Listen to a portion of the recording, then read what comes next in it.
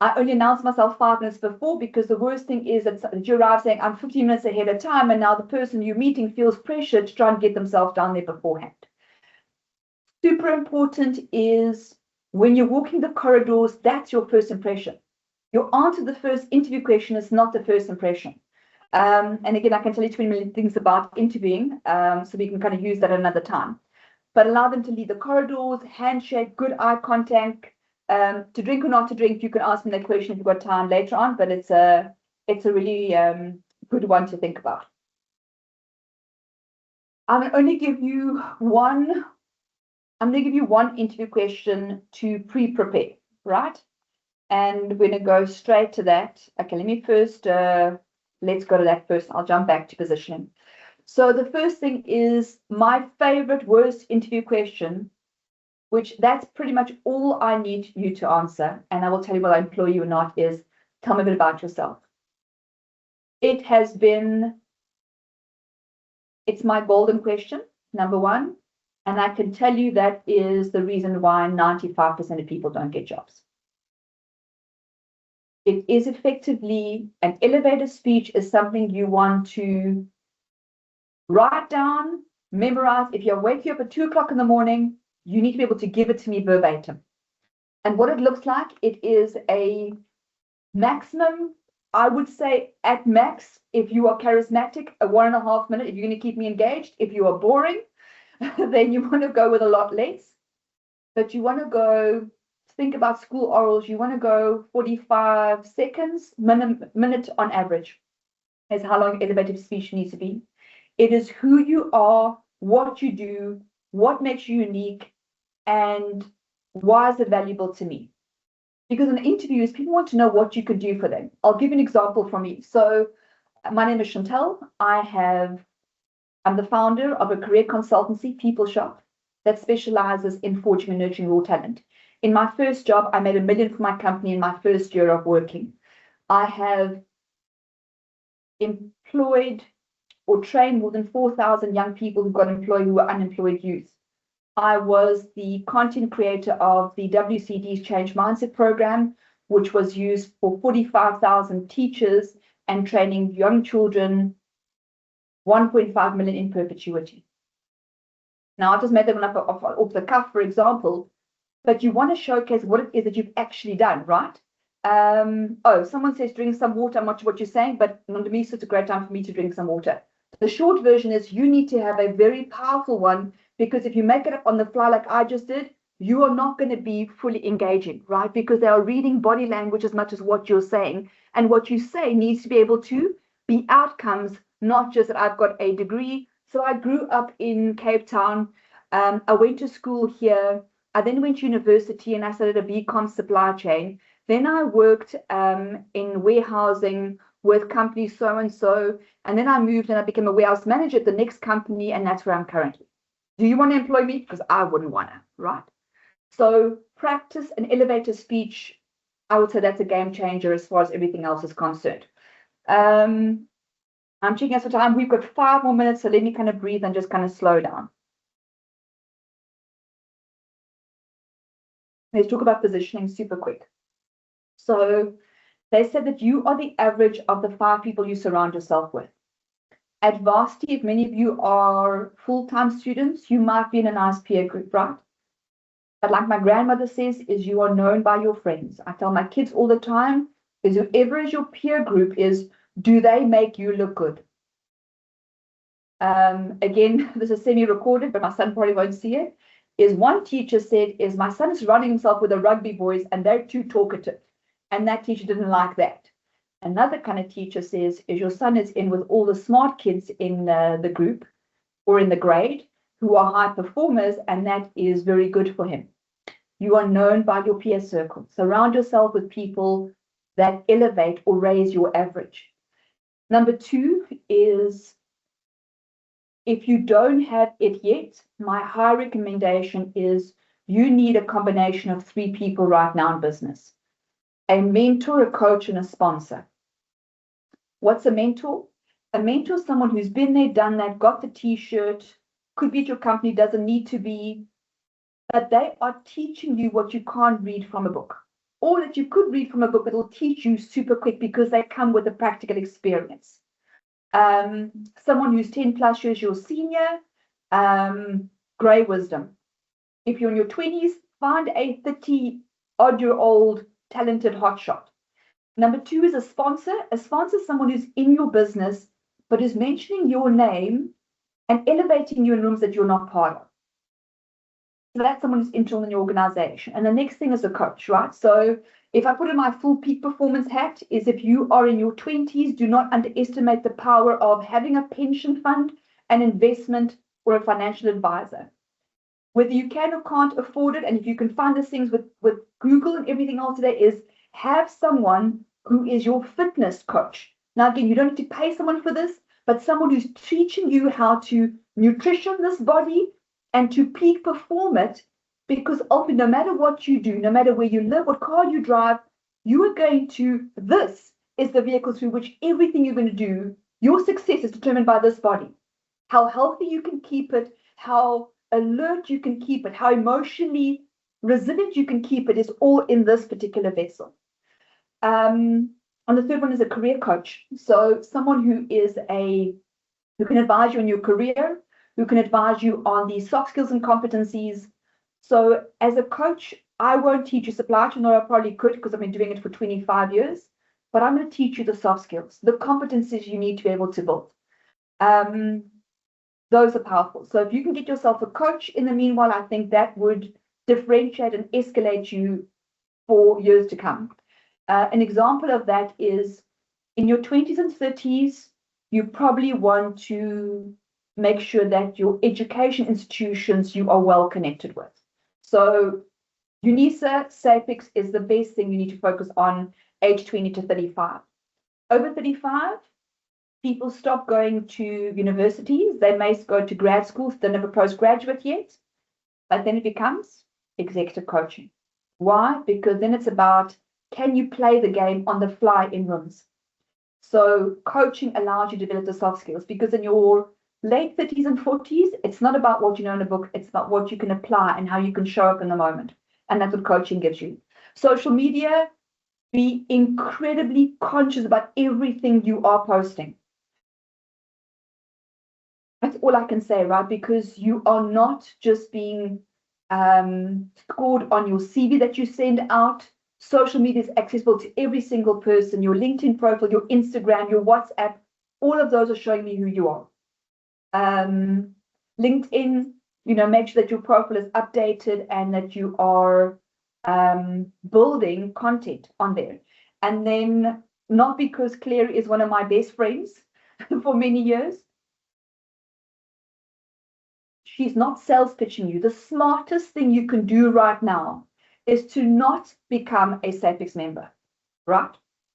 It's to participate in SAPICS events, which the membership accesses gives you. Because this morning, I can tell you, I had one of my coaches came with me to Amazon with he was the global executive for sustainability, supply chain, and inclusive procurement with one of the global mining houses. I connected these two and I asked, I know, of course, both of them very, very well, is I asked the executive to be my coach's mentor. When you are with SAPICS, you get access to coaches, mentors, people who are going to give you your next 3 to 5 jobs are in that room. So don't become a member because we're sales pitching you. Do it because that's the quickest way for you to get into the proximity of the kind of people who are going to build your career. Number next is, I think that's 5 past. Let me see if there's anything else I want to kind of quickly kind of show you before we close out. And you can kind of get your questions ready. The team who are going to kind of Q&A can go from there. If I were to show you one more slide, it would be, okay, let's go with this, right? So I am going to ask you a trick by the end of it, which is before you leave the session, right, is I'm going to ask the ladies to make sure you leave 2 minutes, or we stop 2 minutes before, because there's no point in coming to a masterclass if you're not going to implement anything. So my question I'll ask you right now is, well, I'll show you in a second after I ask you the trick question, is 1, I want you to write an outcome or a goal that you want to get after this. So here's the question. Do you think you need to have SMART or dumb goals? SMART or dumb? S or D are 2 things you can write down. Let's make this super quick.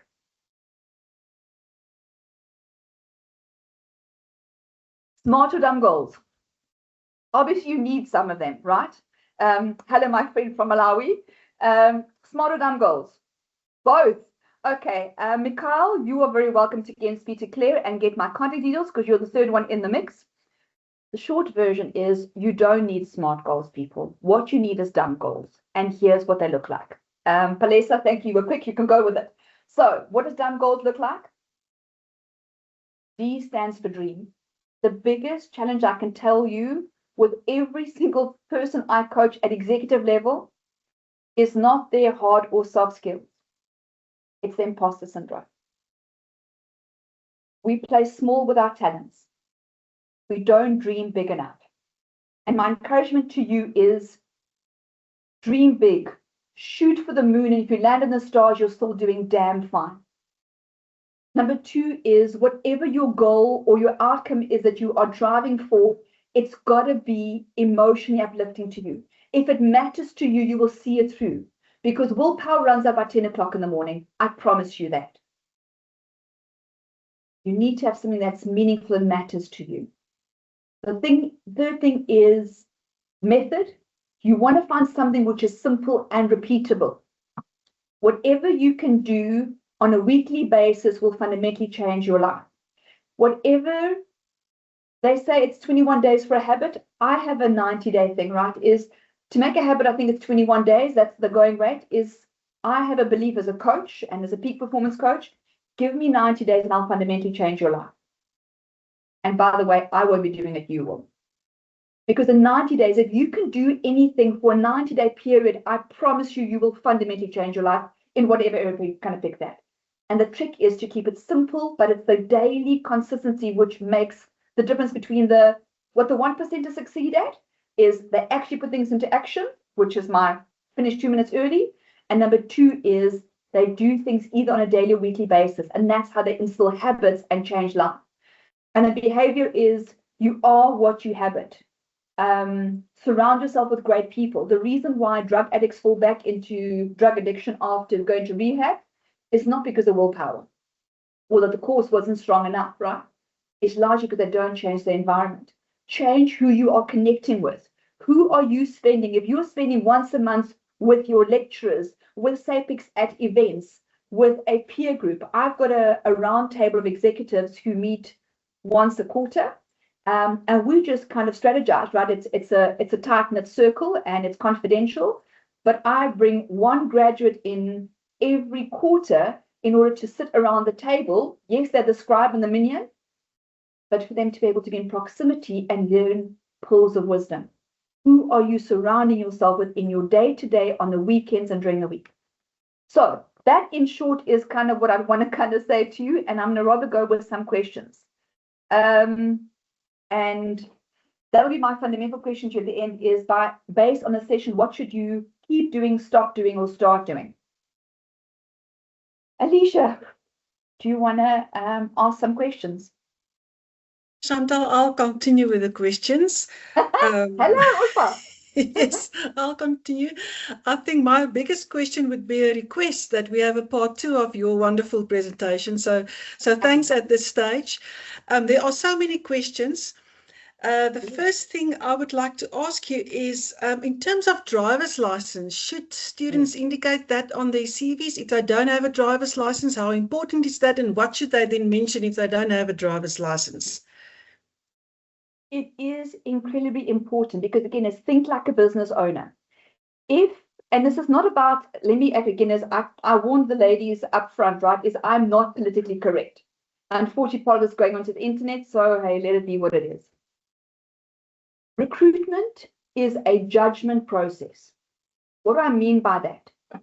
If you put an advertisement on LinkedIn or any portal, within 8 hours, you'll have 150 applications. Within 2 days, you'll have more than 1,000. If that is the pool that a recruiter, HR person has to be able to filter through, they are looking for reasons to disqualify you, not to choose you. That's fundamentally what's happening. If you don't have it, say like education, if you don't have the degree, poof, you're out the mix. Whether you have intern for freaking Jeff Bezos, doesn't matter, right? If you don't have a driver's license, it becomes important as a small business. I'll tell you, it's super important, because I want someone who's going to be reliable and dependable. If you don't have a driver's license and you are going to take public transport, you're going to come with the excuse of, oh, sorry, I was late because of public transport. It brings excuses. And a small business, medium-sized businesses who are under pressure don't have time for you to be late.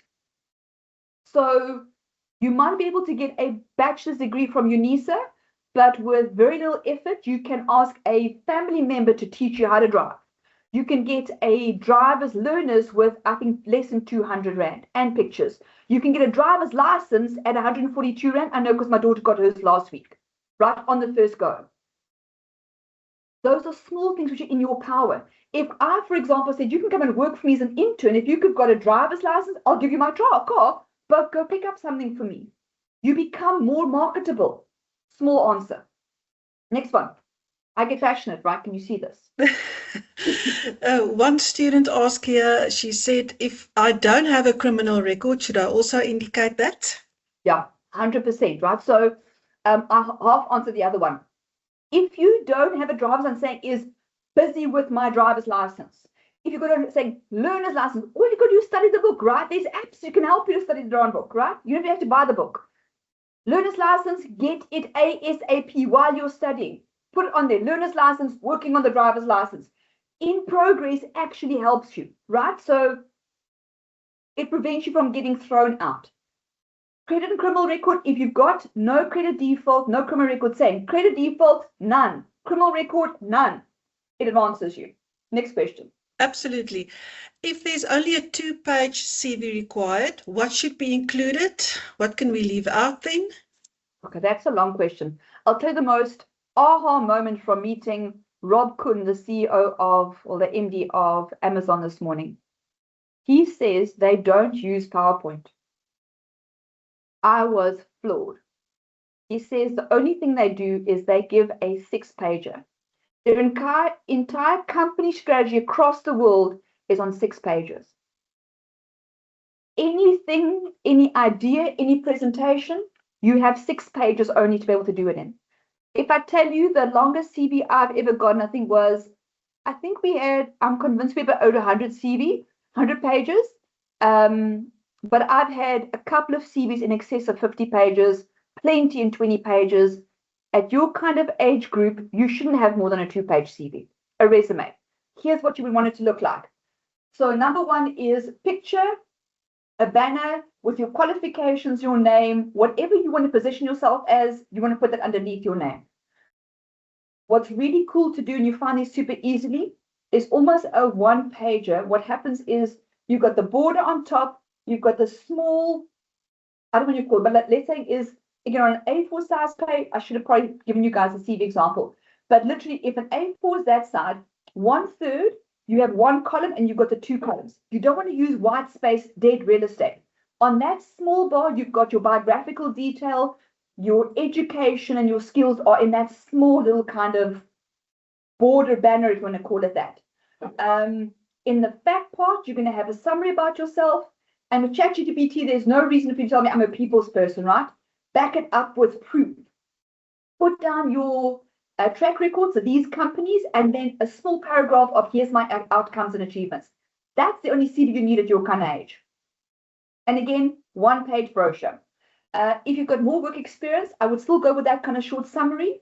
And in the next second or third page, if you've got more, is now you put your work experience and again, highlight outcomes, achievements. That's critical. Every job you've had should be no more. Get on an A4 size page.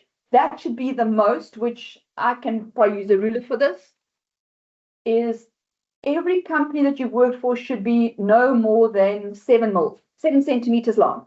So on 1 page, you can probably get 3 or 4, you can probably get 2 to 3 company experiences out on the second page. I hope that helps, or ask another follow-up question. Yes, it helps a lot. Thank you very much. If there's experience that's not related to the job, should that be added to the CV? What kind of experience would you be referring to? If you are, for example, I've got someone I coach who volunteered, actually no, it's a graduate who's volunteered to be that. They've got a bunch of, I coach one company, I coach all their graduates, about 15 of them. She volunteered to be the convener of the graduates this year. I would put that on because, again, is the fact that she's willing to do extra work and go the extra mile makes her stand out about everybody else. The other thing I recommend people to do if you're in your job is do your job and put your hand up for projects. So if you're on another project which is not related to your job, yes, you'd add that on. Otherwise, I'm not sure about the question, but that's how I would answer it. Thank you. What are your thoughts on having a conversation on LinkedIn with someone who's already working at that company where you apply for a job? We didn't talk about application process, right? But let me give you a couple of tricks on that one. So,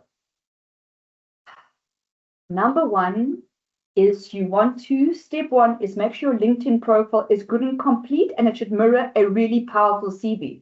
If you're double smart, you actually add your CV as an attachment to your LinkedIn profile, which of course is zhuzhed up to the nines. Number two is build your LinkedIn network. I have about 17,000 people globally on LinkedIn currently.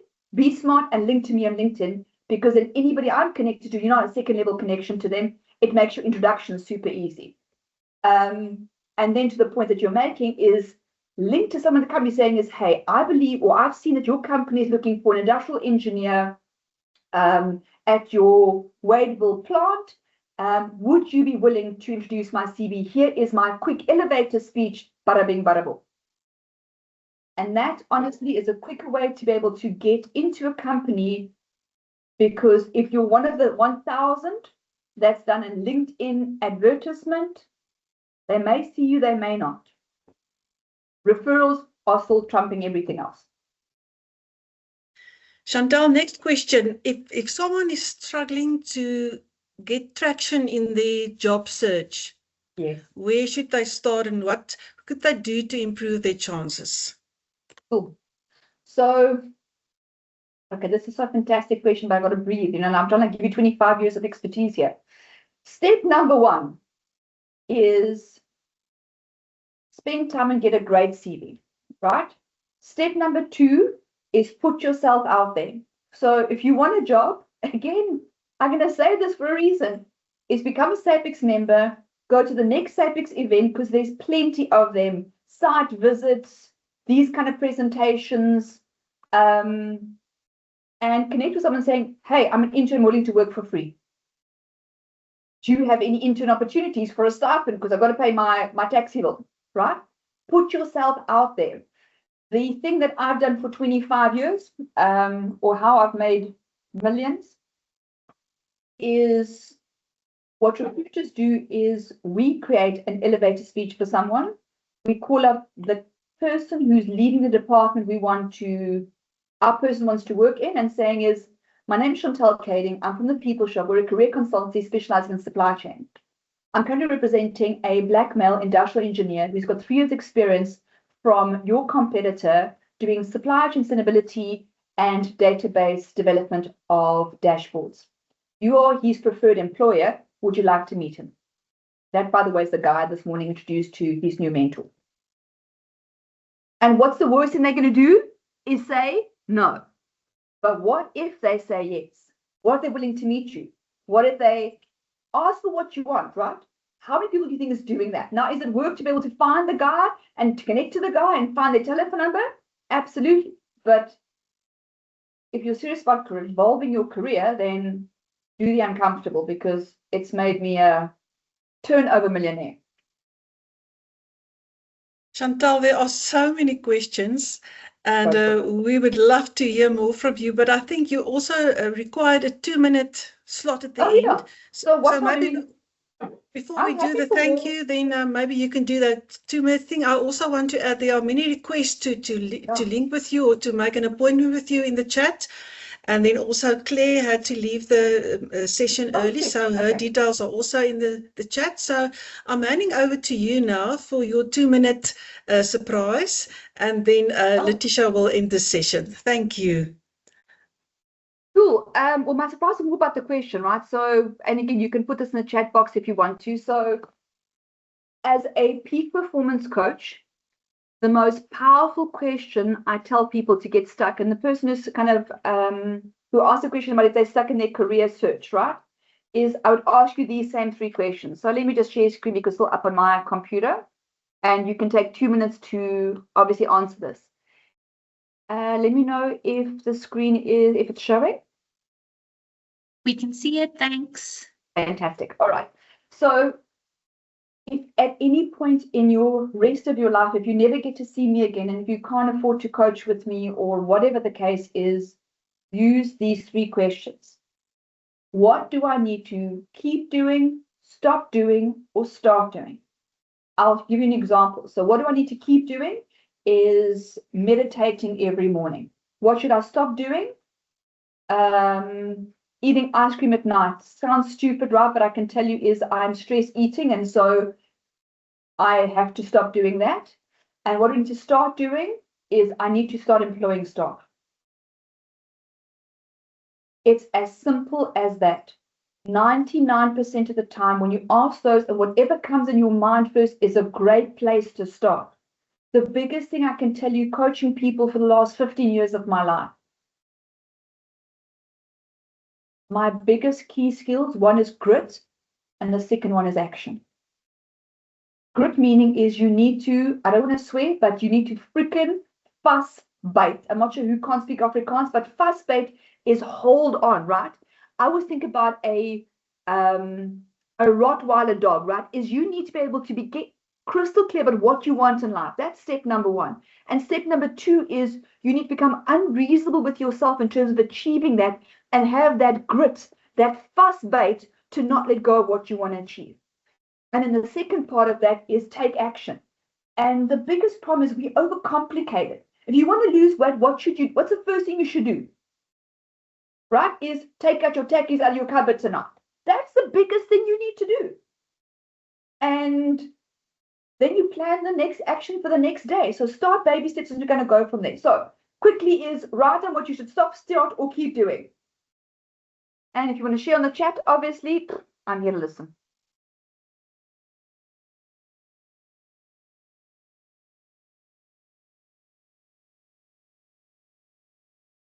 Thank you, Chantal. I think you're handing over to me. I'm Letitia no problem. I'm Letitia Marcantone. I'm a lecturer in the Department of Applied Management. And I just want to tell you today how you can still be part of these sessions, because this session is the last one for the semester. So our next session will be in the second semester.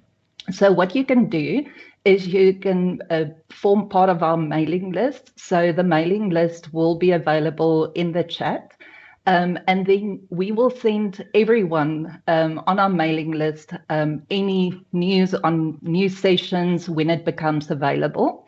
You can also look at the SAPICS LinkedIn page for more updates of the next classes.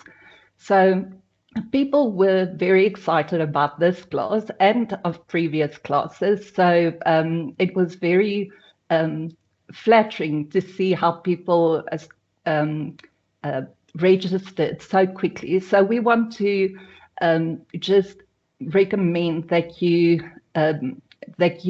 register as soon as the invitations become available. So we've had some excellent speakers in the past, like Chantal today, and those videos, all of our videos are recorded and then posted on YouTube afterwards on our YouTube page. So we really recommend that you visit that page to look at the videos. And I also want to recommend that if you saw this video and you saw today, you saw that you were part of the live version, and the recording is available on YouTube, I want to recommend that if you know anyone that can benefit from this session, so friends, family, colleagues, other students that you know that need to create or update their CVs or may go for interviews, please share this with them on YouTube. And then just the final word of thanks, I want to say thank you to all of our participants. Thank you for your time. We really appreciate it that you joined us. Then also the department or the supply chain management section at UNISA, you guys are amazing. This will not be possible without your hard work. And I know that people really appreciate that and can see that. You really make a difference. And then my final word of thanks is to the brilliant speakers, Chantal and Clare. Your skills and your presentation is absolutely amazing. And we are so fortunate that you shared that expertise with us today. So I was absolutely amazed, and I'm sure all of you were also. So that brings the session to a conclusion. We really hope that you learned something today and that you will have a wonderful day today further. Thank you. Bye.